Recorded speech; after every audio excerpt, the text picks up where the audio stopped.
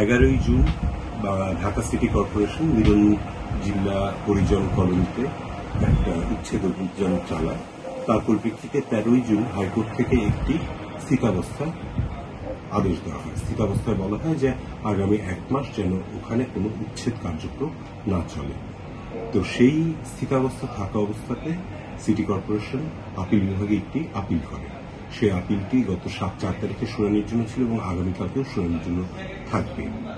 কিন্তু এর মধ্যেই গতকালকে ঢাকা সিটি কর্পোরেশনের প্রধান নির্বাহী কর্মকর্তা একটি চিঠি পাঠান ডিএমপি পুলিশ কমিশনারের কাছে এবং লোকাল ওয়ার্ড কাউন্সিলের কমিশনারদের কাছে, যে 30 নম্বর ওয়ার্ড কমিশনারের কাছে, যে যেন ওখানে তারা উপস্থিত থাকেন আজকে সকাল 9টা থেকে সেখানে তারা উচ্ছেদ কার্যক্রম চালাবে।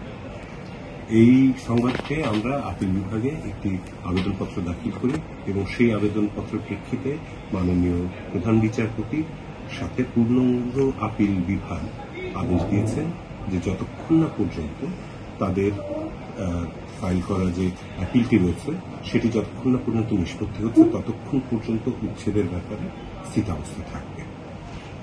কিন্তু এই আদেশ পাওয়া এবং আমাদের আবেদনপত্র এবং আদেশ পাওয়ার মাঝখানে যে সময়টি ছিল তার সুযোগ নিয়ে 33 নম্বর ওয়ার্ডের কাউন্সিলর জনাব আওয়াল হোসেনের নেতৃত্বে এবং ম্যাজিস্ট্রেট জনাব মুনিরুজ্জামানের উপস্থিতিতে ওখানে ভাঙচুর করা হয় এবং ওখানে প্রায় 15-20 জন আহত হয়ে বর্তমানে ঢাকা মেডিকেল কলেজে চিকিৎসা করার কথা আছে। Thank you.